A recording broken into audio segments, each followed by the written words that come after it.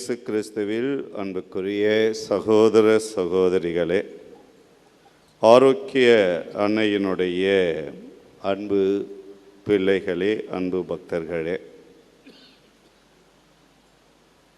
நீங்கள் எல்லாரும் இந்த ஆலயத்திற்குள் வந்து இந்த திருப்பலியை ஒப்பு கொடுத்து கொண்டிருப்பது இரண்டு காரியங்களுக்காக.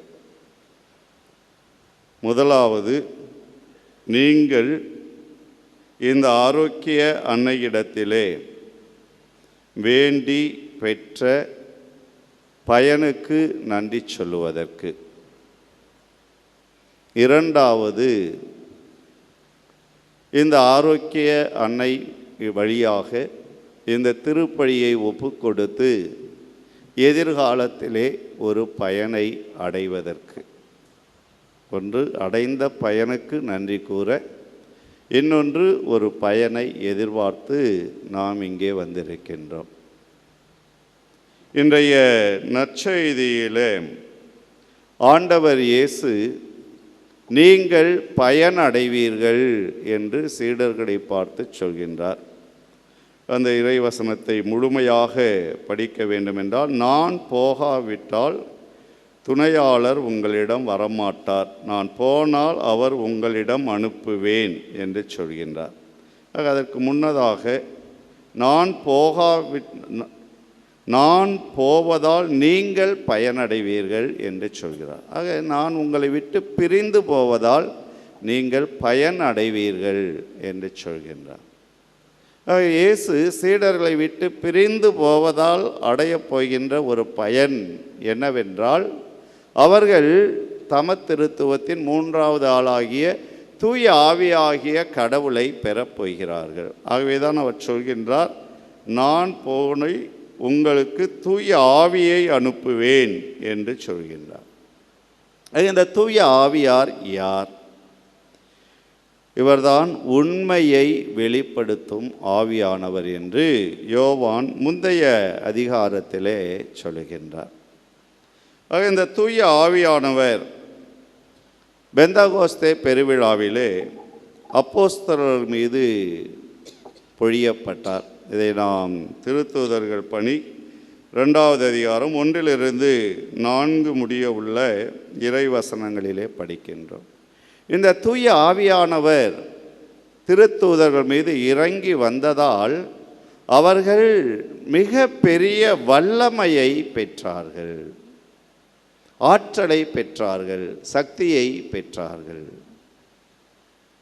இதே தூய ஆவியானவர் அன்னை மரியாளின் மீது இறங்கி வந்ததால் அன்னை மரியாள் தமத்திருத்துவத்தின் 2வது ஆளாகிய சுதனாகிய கடவுளை, மகனாகிய கடவுளை கருத்தாங்கும் பேறு பெற்றார். அந்த மகனை நமக்காக பெற்று கொடுத்தார். ஆக தூய ஆவி இறங்கி வந்ததால், அன்னை மரியாளின் மீது இறங்கி வந்ததால் நமக்கு கிடைத்த பயன் ஆண்டவராகிய இயேசு கிறிஸ்து. ஆண்டவராகிய இயேசு கிறிஸ்து அன்னை மரியாள் வழியாக இந்த உலகத்திற்கு வந்ததின் பயன் அன்னை மரியாள் நாம் அனைவருக்கும் தாயாக கிடைத்திருக்கின்றார். ஆகவேதான் ஆண்டவர் வந்ததால் அன்னை மரியாள் நமக்கு தாயானாள். ஆண்டவர் இயேசு பாடுபட்டு இறந்து உயிர்த்தெழுந்து விண்ணகம் சென்றதால் தூய ஆவியானவர் நம் அனைவருக்கும் கிடைத்திருக்கின்றார். இந்த தூய ஆவியானவர் நமக்கெல்லாம் கிடைத்ததால் நாம் என்ன பயன் அடைந்திருக்கின்றோம்? திருத்தூதர்கள் என்ன பயன் அடைந்தார்கள்? முதல் பயன், மன உறுதியுடன் நற்செய்தியை அறிவித்தார்கள். அவர்கள் நற்செய்தியை அறிவிப்பதற்கான ஒரு திடம், ஒரு மன உறுதியானது அந்த சீடர்களுக்கு கிடைத்தது.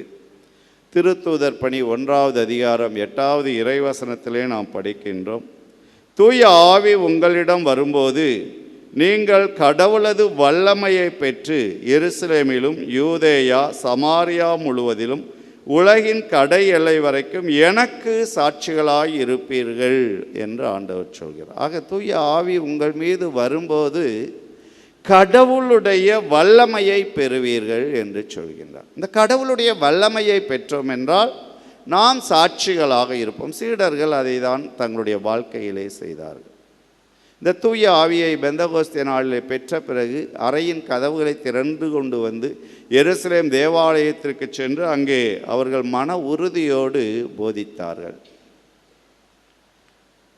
திருத்தூதர் பணி 4வது அதிகாரம் 13வது இறைவசனத்தை நாம் படித்து பார்த்தோம் என்றால், அங்கே திருத்தூதர்கள் கைது செய்யப்பட்டு தலைமைச் சங்கத்தின் முன்னால் நிறுத்தப்பட்டு இருக்கின்றார்கள்.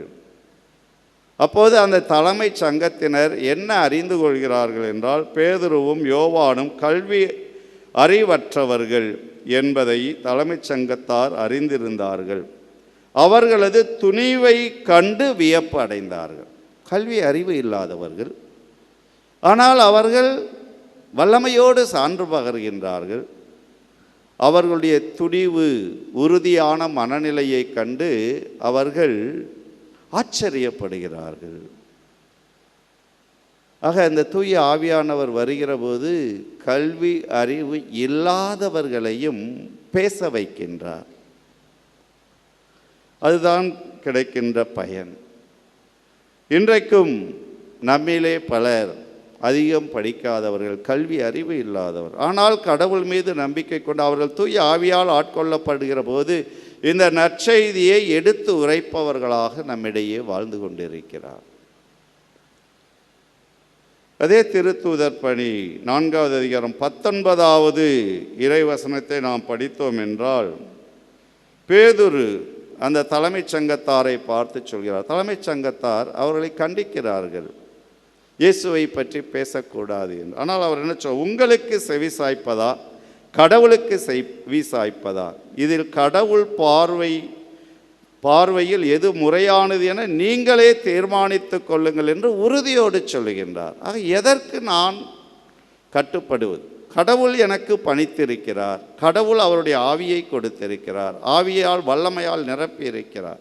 ஆக அவர் சொல்லுவதை நான் செய்வதா, மனிதர்களாகிய நீங்கள் சொல்லுவதை நான் செய்வதா என்று கேட்கின்றார்கள். அந்த அளவுக்கு தூய ஆவியானவர் அவர்களை தைரியமிக்கவர்களாக, ஊக்கமிட்டவர்களாக மாற்றுகின்றார். அதை அவர்களுக்கு கொடுத்தவர் ஆண்டவராகிய இயேசு கிறிஸ்து. 2வது பயன், உண்மையின் முழுமையை புரிந்து அறிந்து கொண்டு பாதுகாப்பது. இந்த தூய ஆவி நம்மிடத்திலே வந்துவிட்டால் உண்மையை முழுமையாக புரிந்து கொள்வது. இந்த உண்மையை முழுமையாக புரிந்து கொள்வதோடு மட்டுமல்ல, அந்த உண்மையை பாதுகாப்பது. திருச்சபை இதை தான் நமக்கு செய்து கொண்டிருக்கிறது. ஆண்டவர் இயேசுவிடமிருந்து பெற்ற நற்செய்தியின் உண்மைகளை அறிந்து புரிந்து கொண்டு அதை பத்திரமாக பாதுகாத்து தலைமுறை தலைமுறையாக அடுத்தவர்களுக்கு கொடுத்து கொண்டே இருக்கின்றது. யோவான் நற்செய்தி 4வது அதிகாரம் 17வது இறைவசனத்திலே, 14வது அதிகாரம் 17வது இறைவசனத்திலே ஆண்டவர் இயேசு சொல்கிறார், அந்த தூய ஆவியானவர் யார் என்றால் உண்மையை வெளிப்படுத்தும் தூய ஆவியார் என்று சொல்கிறார். நமக்கு கிடைக்கிற தூய ஆவி உண்மையை வெளிப்படுத்துபவர். யோவான் 16:13 உண்மையை வெளிப்படுத்தும் தூய ஆவியார் வரும்போது அவர் முழு உண்மையை நோக்கி உங்களை வழி நடத்துவார் என்று சொல்கிறார். ஆக தூய ஆவியானவர் நம்மையெல்லாம் முழுமையான உண்மையை நோக்கி வழி நடத்தி செல்வார். அதை தான் இன்றைய நற்செய்தியிலும் ஆண்டவர் இயேசு நமக்கு விளக்கமாக சொல்கின்றார். இந்த தூய ஆவியானவர் உங்களிடத்தில் வந்தால் அவர் என்ன சொல்வார்? பாவம், நீதி, தீர்ப்பு ஆகியவை பற்றி உலகினர் கொண்டுள்ள கருத்துக்கள் தவறானது என்று எடுத்து கூறுவார். ஆக நம்மிடத்தில் இது 3 பற்றிய கருத்துக்களானது இருக்கின்றது. பாவம் பற்றிய கருத்து தவறானது. பாவம் என்றால் என்ன? நம்மளாம் சொல்லுவோம், எதெல்லாம் மீறுகிறோமோ அதெல்லாம் பாவம் என்று சொல்லுவோம். நமக்கு மறைக்கல்வியிலே சொல்லிக் கொடுக்கப்பட்டிருக்கிறது, கட்டளைகளை மீறுவது பாவம் என்று சொல்லப்படுகிறது. 10 கட்டளை, திருச்சபை கட்டளை மீறுவது பாவம் என்று சொல்லப்பட்டிருக்கிறது. தலையாய பாவங்கள் 7 மறைக்கல்வியிலே படித்திருக்கிறோம். அதை மீறுவது, அதை நம்முடைய வாழ்க்கையிலே கொண்டிருப்பது பாவம். இதுதான் நமக்கு சொல்லப்பட்டிருக்கிறது. தூய ஆவியானவர் இந்த பாவம் பற்றிய கருத்து தவறானது என்று சொல்கிறார். அதற்கு என்ன இயேசு விளக்கம் கொடுக்கின்றார் என்றால், ஏனெனில் என்னிடம் அவர்கள் நம்பிக்கை கொள்ளவில்லை. இயேசு கிறிஸ்துவிடம் நம்பிக்கை கொள்ளாமல் இருப்பதுதான் முதன்மையான பாவம். பாவம் பற்றிய உண்மையை வெளிப்படுத்துகிற போது தூய ஆவியானவர் வெளிப்படுத்துவது, நீ இயேசு கிறிஸ்துவிடம் நம்பிக்கை கொள்ளவில்லை. எவர் ஒருவர் இயேசு கிறிஸ்துவிடம் நம்பிக்கை கொள்கிறாரோ அவர் பாவம் செய்வது இல்லை. அதுதான் கருத்து. அந்த உண்மையை அவர் வெளிப்படுத்த. இப்படி அடுத்து நீதி பற்றிய கருத்து தவறானது. ஆக அந்த தவறானதுக்கு உண்மையானது என்ன என்பதை தூய ஆவியார் வெளிப்படுத்துகிறார். ஏனென்றால் நான் தந்தையிடம் செல்கிறேன் என்று சொல்கிறார். ஆக இந்த உலகத்திலே படைக்கப்பட்ட மனிதர்கள் ஒவ்வொருவரும் தந்தையிடம் இருந்து வந்தவர்கள், மீண்டும் தந்தையிடம் செல்ல வேண்டியவர்கள். ஆகவே நீதி தீர்ப்பிலே தந்தையிடம் போவதற்குரியவர்களாக நாம் நிற்க வேண்டும். நரகத்துக்கு போவர்களாக இருக்கக்கூடாது என்பதை தூய ஆவியார் வெளிப்படுத்தும். ஆகவே இந்த உண்மைகளை புரிந்து கொள்ளவும் அறிந்து கொள்ளவும் அதை பாதுகாத்து அடுத்த தலைமுறைக்கு கொடுப்பதற்கும் தூய ஆவியானவர் நம்மை வழி நடத்துகின்றார். ஆண்டவர் இயேசு சிலுவை பிலாத்துவினுடைய விசாரணையின் போது சொல்கின்றார், யோவான் நற்செய்தி 18வது அதிகாரம் 37வது இறைவசனம், உண்மையை சார்ந்த அனைவரும் எனது குரலுக்கு செவி சாய்க்கிறார்கள். உண்மையை சார்ந்து இருப்பவர்கள் இயேசுவினுடைய குரலுக்கு செவி சாய்க்கிறார். ஆக தூய ஆவியானவர் வரும்போது அவர் நமக்கு உண்மையை வெளிப்படுத்துவார். இயேசுவின் குரல் உண்மையானது என்பதை வெளிப்படுத்துவார். நாம் இயேசுவை சார்ந்தவர்களாக இருக்கச் செய்வார். மூன்றாவதாக தூய ஆவியினால் நமக்கு கிடைக்கக்கூடிய பயன், துன்பங்களின் போதும் இயேசுவுக்கு சான்று பகர்தல். எவ்வளவு கஷ்டம் வந்தாலும் எவ்வளவு துன்பம் வந்தாலும் இயேசுவுக்கு சான்று பகரக்கூடியவர்களாக நாம் இருக்க வேண்டும். லூக்கா நற்செய்தி 12வது அதிகாரம் 11-12 இறைவசனங்களில் ஆண்டவர் இயேசு சொல்கிறார், என் பொருட்டு எனது பெயரை ஏற்றுக்கொண்டதால் உங்களை நீதிமன்றங்களிலே ஒப்புவிப்பார்கள், தலைமை சங்கத்திலே ஒப்புவிப்பார்கள். அப்போது என்ன பேசுவது ஏது பேசுவது என்று நீங்கள் கவலைப்பட வேண்டாம். ஏனென்றால் அந்த நேரத்தில் தூய ஆவியானவர் உங்களுக்குள் இருந்து என்ன பேச வேண்டும் என்பதை பேசுவார் என்று சொல்கின்றார். ஆகவே நாம் கஷ்டப்படுகிற போதும் துன்பப்படுகிற போதும் கவலைப்பட வேண்டியதில்லை. நம்மை தூய ஆவியானவர் இயேசுவுக்கு சான்று பகரக்கூடியவர்களாக வழி நடத்துவார். நான்காவதாக, கடவுளுடைய சட்டம் அல்லது கட்டளைகளை நிறைவேற்றச் செய்வார். நம்ம வாழ்க்கையில் கடவுளுடைய கட்டளைகளை சட்டங்களை பற்றி புரிந்து கொள்ளவும் அறிந்து கொள்ளவும் அவற்றை நிறைவேற்றுவதற்கும் தூய ஆவியானவர் உதவி செய்வார். நம்ம அதையெல்லாம் கடைபிடிக்கவில்லை. இன்றைக்கு வேளாங்கண்ணிக்கு வந்திருக்கீங்க.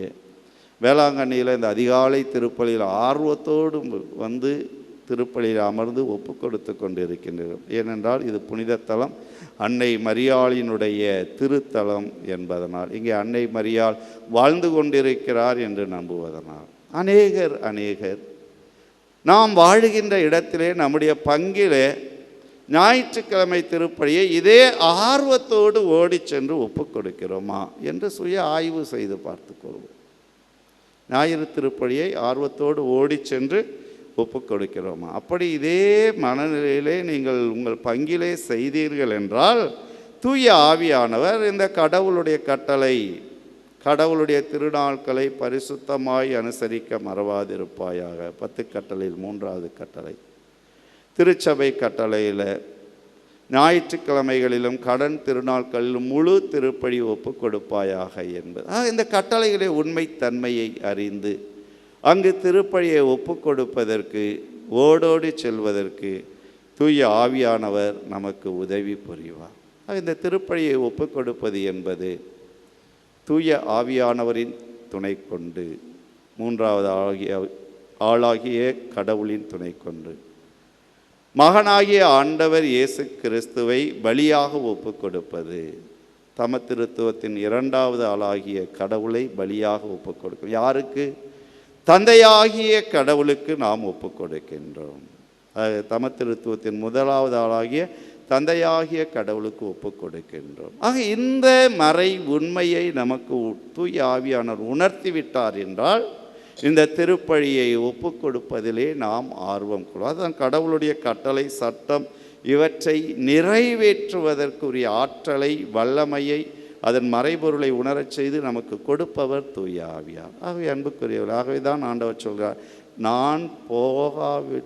நான் போனால் நீங்கள் பயன் அடைவீர்கள். நான் இந்த உலகத்தை விட்டு போனால் உங்களுக்கு தூய ஆவியை கொடுப்பேன். அந்த தூய ஆவியால் உங்களுக்கு பயன் விளையும் என்று சொல்கின்றார். அன்னை மரியாள் கடவுளிடமிருந்து தூய ஆவியை பெற்றதனால்தான் அவர் மீட்பரின் தாயானார். அதனால்தான் அவர் சிலுவை அடியிலே நம் அனைவருக்கும் தாயானார். அன்னை மரியாள் இந்த தூய ஆவியை பெற்று அந்த தூய ஆவியினுடைய மணவாட்டியாக இன்றைய அளவும் வாழ்ந்து கொண்டிருப்பதால் தான் அவருடைய பிள்ளைகளாகிய நாம் அனைவரும் அவரை தேடி வருகிற போது இறைவனிடம் பரிந்து பேசி நாம் வேண்டுதல்கள் எல்லாம் நிறைவேற்றி கொடுத்து நம்மை பயனடைய செய்கின்றார்.